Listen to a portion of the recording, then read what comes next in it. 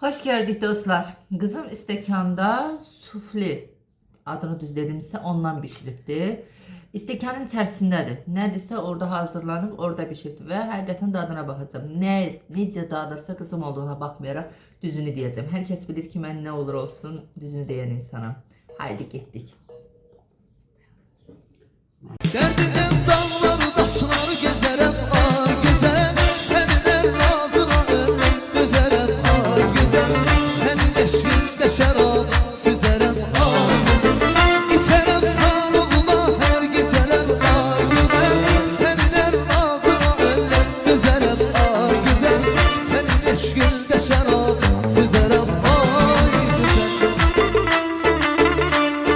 Çok sağ ol.